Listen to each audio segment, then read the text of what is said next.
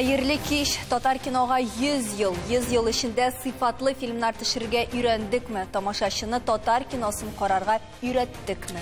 Lenakta şuşu iki tüp soruğa bugün artistlarımız, prodüserimiz, tanqidçimiz bilen cevap izlerbiz. Eğinde rejissörlara kelgende onlar kino çürüge de yok hali. Şuna göre bizning topşuruğa kilip jite almadılar. İsenler misiniz kadirli konaklar? Hayırlı kiş. Eymine rejissörlarga kadar eydegizeli beyram ruhun devam edip, Tatar kinoga 100 yıl buldu. Ruzile hanım siz anda buldunuz. Nindire hisler buldu hem nindire hisler bilen kaytıp gittiniz?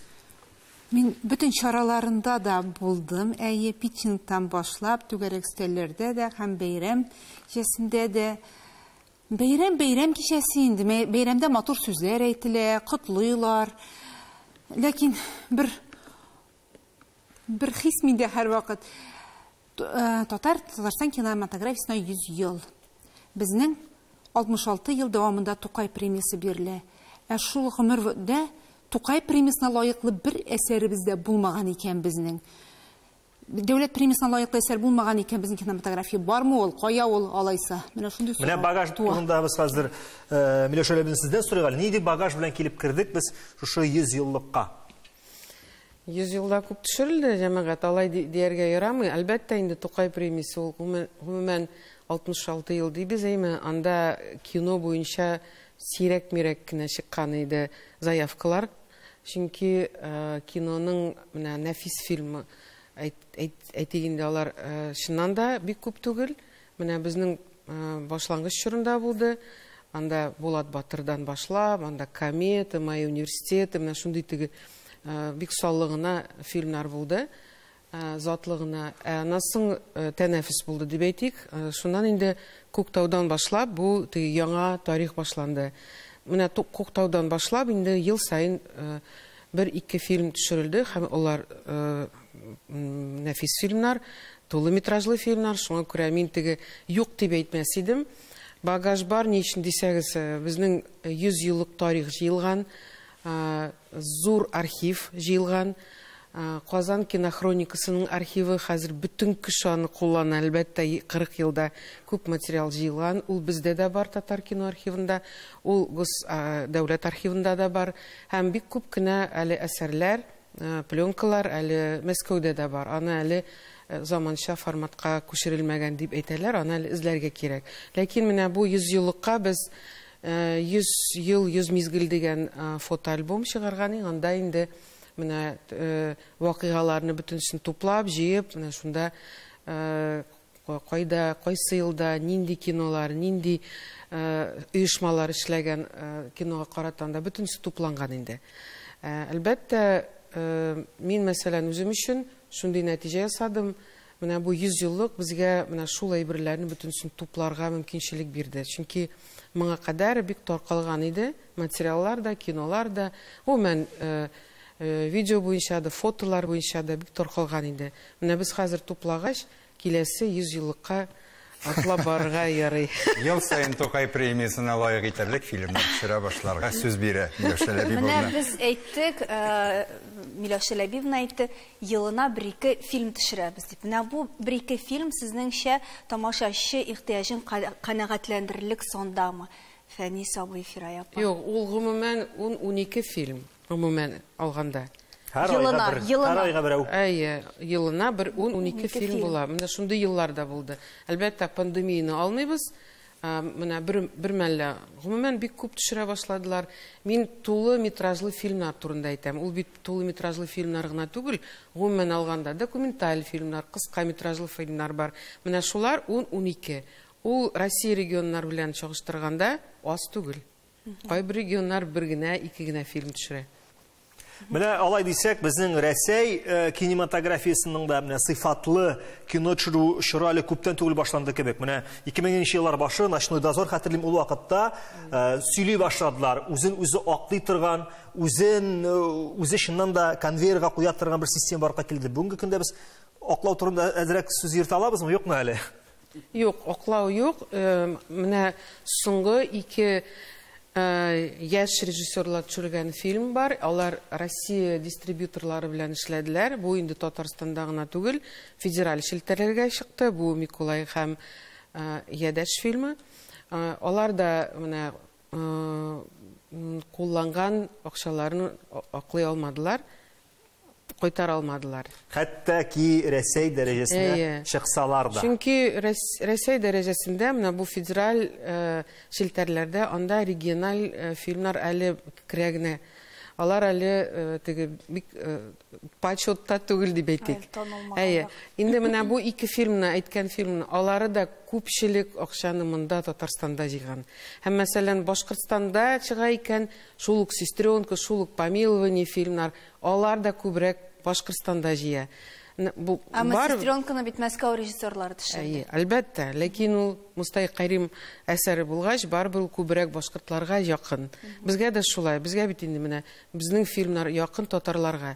Ләкин менә бу татарларны татар киносын карарга, кинотеатрга алып килү, менә ул бик авыр мәсьәлә бүгенгә. Менә театрга йөриләр, ә кино карарга әллә ни йөрмиләр. Чөнки менә йөрсәләр, ул Татарстанда гына җыйган акча уклар иде, ә бүгенге көндә андый хәл юк әле. Яшыннан да без менә тамашачыны кино карарга өйрәтә алмадык, концертка өелеп йөриләр, имә халык шул ук театрларга бара, ни өчен кино карарга бармыйлар. Фәнис абый, сез безнең кинода төшкән, бик күп рольләрдә төшкән артистларның берсе буларак җавап бирегез әле. Моның өчен культура кирәк, кино культурасын кертергә кирәк. Ул бит менә бүген төшердең дә, инде иртәгә иерелеп йөри дигән сүз түгел, Миләүшә Ләбиб дөрестәндә.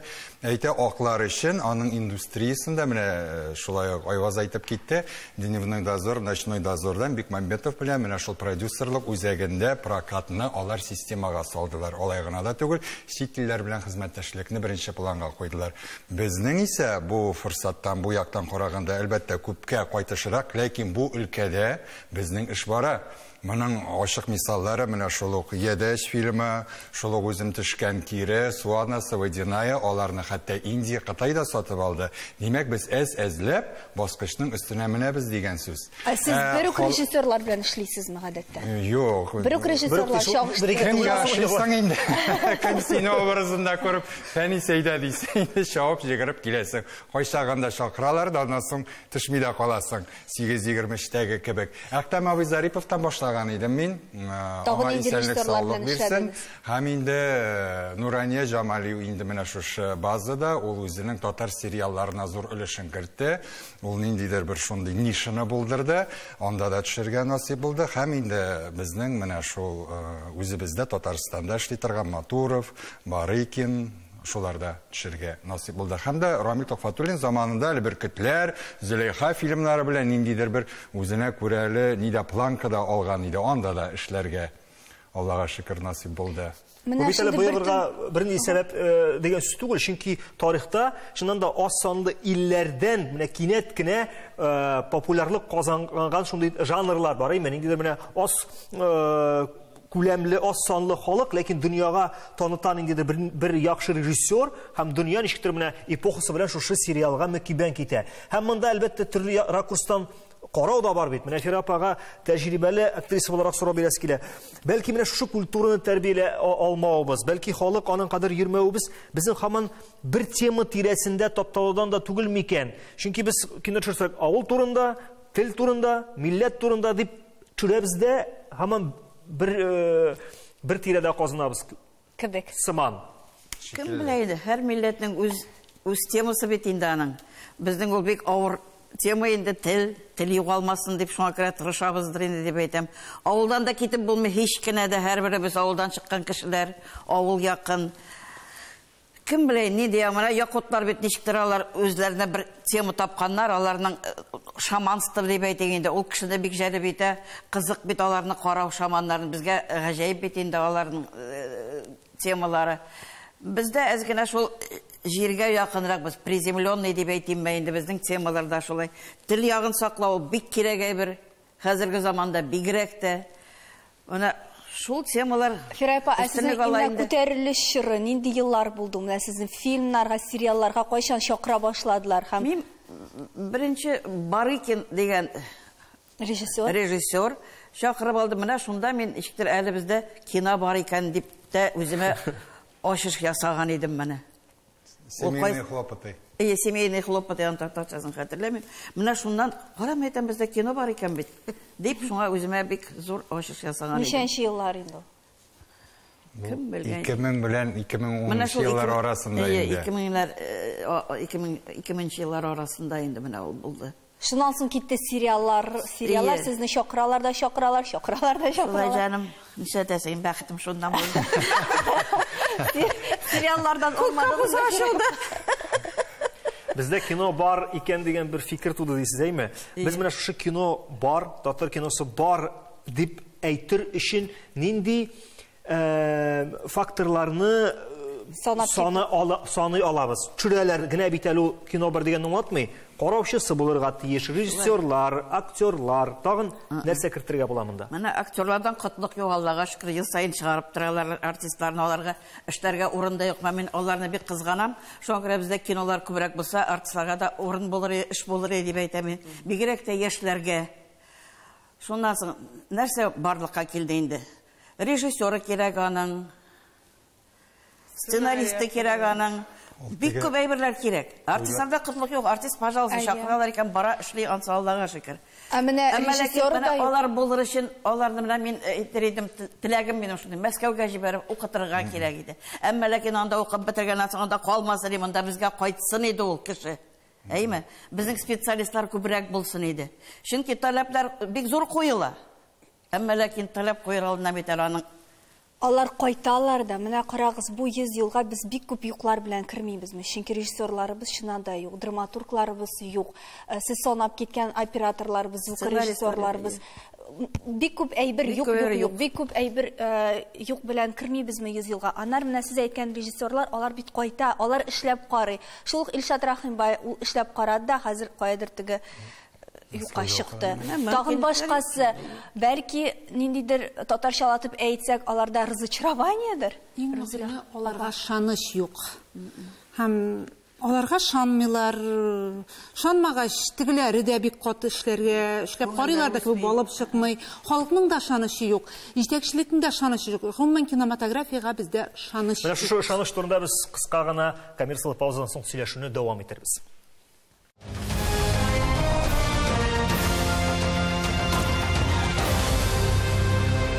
Татар киносы бар.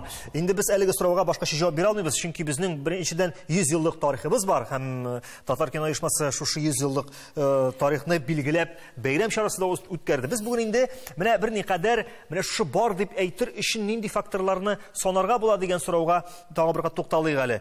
Артистлар бар дидек, ләкин артистлар да бит күбрәк театр артистлары һәм ул специфика никадәр туры килә экранга. Бу хакта да сорау бирәсебез килә безнең, бәлки менә читтән күзәтүче Миләш ханым сезгә кеше, мәсәлән, кино караган кеше тамашачыдан әйтә, безнең ясалма актерлар диләр. Бу инде бер стереотипка әйләнде, ләкин мин уйлыйм, монда бер төркем актерлар, менә мәсәлән, монда студиядә булган актерлар, алар инде хәзер кадрда бик самими күренә. Андай актерлар бар. Әйтик, шул Резида Саляхова, ул кайда уйнасаң да, нинди кинога чакырсаң да, ул самими. Аннан соң шул Гүзәл Минакова безнең тапшырылган хатларда. Мин Әсхәр абыйны әйтерим, ул Голливудта эшләсә, ул гомумән миллиардер булыр, чөнки ул шундый кадәр кино өчен яратылган кеше. Андай актерлар бар, ләкин аз. Тулайым алганда алар менә санаулы. Алар бит тәҗрибә белән килә ул. Эшли кеше ияләшә ул спецификага. Эшли дигән сүзгә, димәк, инфраструктура кирәк. Ни өчен бездә Мәдәният институтында укыган режиссерлар, операторлар, тавыш операторлар, ни өчен алар Казаннан китә? Чөнки менә тәүлек буе эшләгән студия юк, тәүлек буе инфраструктура юк. Әйтик, берсе бетә, икенчесе башлана. Безнең бит бер кино төшерәләр дә, ике атна төшергәч, булсын бер ай төшергәч, аннан соң монтаж китә. Бу специалистлар нишләргә тиеш? Алар инде икенче әйбергә анда реклама төшерәләр, Мәскәүгә баралар. Менә шундый специалистлар шактыялар. Менә хәзер җыя башласаң, безнең институтны тәмамлаган специалистлар, алар шу кадәр күп, ләкин алар таралган. Алар Санкт-Петербургта эшли, Мәскәүдә эшли, чит илләргә китәләр, һәм анда аларны бәяли беләләр. Ә бездә менә шундый инфраструктура булмагач, бер туктаусыз кино төшермәгәч, әлбәттә аларга гаиләне корырга кирәк, акча кирәк яшәр өчен. Шуңа күрә китәләр. Мөмкинчекләр. Конвейер булсын өчен, монда бит инде акча да кирәк. Аның караучысы булыр микән? Без төшер, акча да табылыр, кинода төшерелер. Менә Россия киносына да шундый ук мөнәсәбәт булды бит. Менә үзегез әйттегез бит. Менә минем студентларым әйтә, премьера чыга, мәсәлән, Россия киносын. Юк, без анда бармыйбыз, анда карарлык әйбер юк. Ну, Голливуд киткәч, хәзер Россия киноларында да бар бит кеше, менә карасагыз, премьераларга йөри. Инде теге ул мин Чебурашканы әйтмим, Бременские музыканты, Холоп һәм башкалар. Хәзер инде менә мине бик куандыра шул хәл. Классикага ничектер менә игътибар бирелә, мәсәлән, шул ук Онегин, Мастер Маргарита, анда да кеше йөри, хәзер йөри кеше. Ләкин татар фильмнарына әле ничектер йөрергә, өйрәтергә кирәк. Менә шул төрек сериаллары феномена, әйме? Кинәт кенә килеп чыкты һәм шуның кадәр игътибарны хатын-кызларның айрыша мәхәббәтен яуларга өлгерде. Бу очракта да менә татар эстрадасы аналогиясе белән кеше бит әзер, гел, даими рәвештә 500 мең сум, 1,5 мең, 3,000 түләп кайбер артистларга концертка йөрергә. Димәк, монда да бер никадәр шушы конвейерлыкны, шушы инфраструктураны булдырсаң, бездә дә үзен узаклый торган, хәтта акча эшли торган индустрия булдырырга була дигән сүз. Була. Ну, монда бер сериал ул бөтенләй икенче жанр, кино, кинопрокатка чыга торганы бөтенләй икенче продукт. Сериал миңа калса ул бик җиңел, бик җайлы.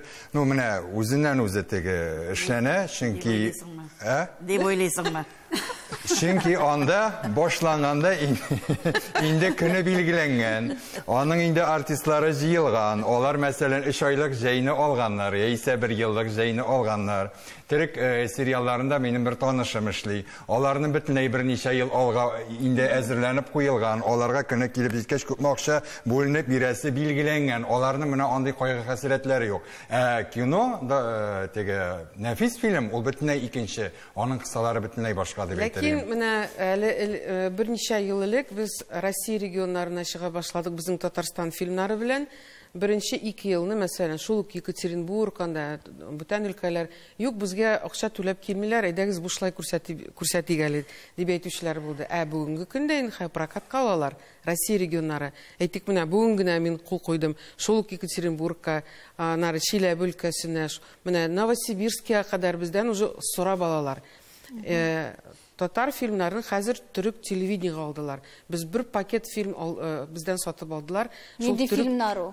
Менә шул безнең Татарстанда төшерелгән. Берничәсен әйтте. Сорау бар. Әйтәм бит, аның менә шул бер артлы фильмнары чыгып торса, әлбәттә халык ияләнәчәк. Чөнки мин үзем дә пандемия башланганда Прагада да очрашуда булдым, үземнең фильмнарым белән, Дубай татарлары белән дә очрашу булдым. Алар менә акча түләп, минем белән шул фильмны карап, аралашыр өчен аларга бик кызык, алар рәхәтләнеп килделәр. Юк, ул милли жанлы 10-15 кеше инде. Юк, түләү культурасы бүгенге көндә барлыкка килә шуннан да. Беләсезме, тагын бер тренд менә безнең бүгенге көндә. Акча түләп җирдем карап, миңа чакыру бирегез әле димә, мин үзем барып, менә тамашачылар белән татар кешесе акча түләп йөргән. Мин үзем Мир кинотеатрына, мәсәлән, мин гаиләне алып барам икән, мин билет сатып алып керәм.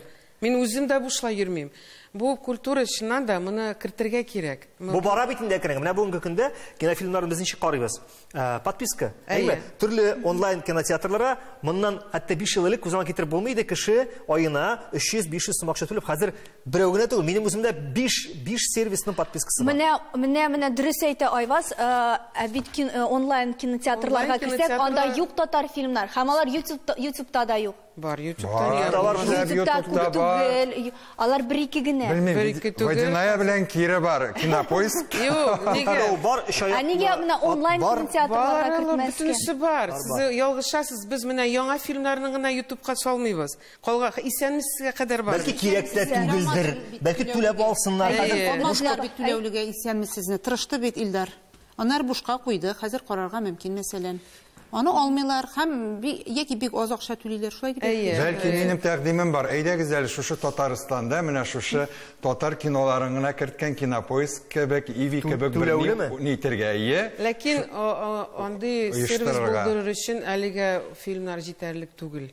кызганычка каршы. 100 ел эчендә төшерелгән бөтен документальный фильмнарны бөтенесен шунда бер серверга ул кадәр мохтаҗлык топларгадыр. Кеше аны карый әлбәттә бер тапкыр, ләкин аны кат-кат карамыйлар.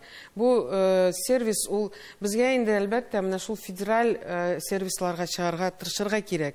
Әйтик, шул ук Якутия, шул ук Башкортстан алар менә шул сервисларга бирә башладылар. Безнеке дә бар анда берничә фильм. Мәсәлән, шул ук Ядәш белән алар инде хәзер Оккада, Ивида менә шул күбрәк фильмнарны сатырга кирәк. Бәлки беренче вакытта күп түләмәсәләр дә барырга кирәк. Менә шул адымга.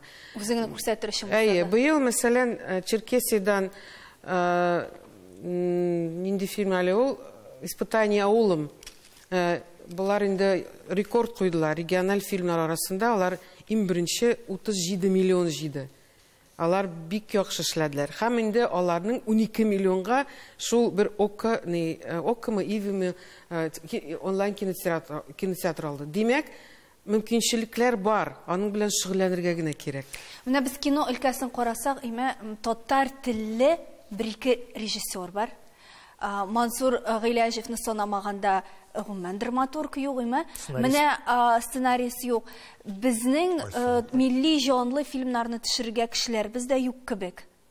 Ике режиссер белән кай китәсен? Юк кебек. Әйе. Кебекме? Яисә кебек дигән сүзне сүзне алып тора. Әйе, сез бит инде. Юк. Безнең шушы Рәхимбай бар. Бәлки Булатка үмитләнәбез инде, бәлки аны үзебезгә ничек тә кызыктыра алырбыз, әйеме? Әле калалармы юкмы алсак, әйе. Тагын кем бар? Юк. Менә монда димәк тагы бер кат әйләнеп кайтабыз. Төшергәнгә кадәр Эшлибез туган телендә сөйләшмәгән, татар телен белмәгән режиссер милли жанлы фильм төшерә аламы? Монда икенче сорау туа, җәмәгать. Сез аны теге бик сай йөрмәгез әле бу темада. Чөнки әгәр ки без татар әдәбиятын экранга чыгарабыз икән, әгәр ки без татар фильмын төшерәбез икән, ул бары тик татар телендә генә булырга тиеш түгел. Чөнки аның бик кечкенә базар мөнәсәбәтләре була. Мәсәлән, без ул әдәбиятны укырга кирәк бит ауланы. Юк, без ике фильмны төшердек, Үзбәкстан белән Казакстан белән. Менә минем фикеремчә, мин шулай уйлыйм, безгә күбрәк менә шул кооперация яшарга кирәк, копродукция. Менә Казакстан белән Тарланны төшердек, Тарланда Казакстанда да күрсәттеләр, бездә дә. Димәк, кеше саны арта бара.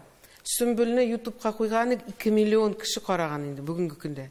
Димәк, мохтаҗлык бар, ләкин яхшы сыйфатлы продукт булырга тиеш. Менә бу сыйфатлы продукт эшләр өчен безгә монда 2-3 режиссер белән генә шикләнмәскә, безгә менә шундый копродукцияны бергә төшергән фильмнар кирәк. Безнең өчен дә тәҗрибә була ул. Һәм ул фильмны күбрәк кеше дә караячак, чөнки базар мөнәсәбәтләре бар. Һәм менә сыйфатлы итеп төшерү бер булса, монда көчле эш кирәк шул ук менеджментта, маркетингта, һәм гомумән алганда менә танытыр өчен, бәлки кайбер вакытта бер кичкенә генә бер алым улап табып эшкә җигәргә кирәктер, әйме? Бар дөньяга, белмим, төрки дөньяга таралар өчен шуңа күрә өмет юк түгел. Минем шәхсән үземнең өметләр бар.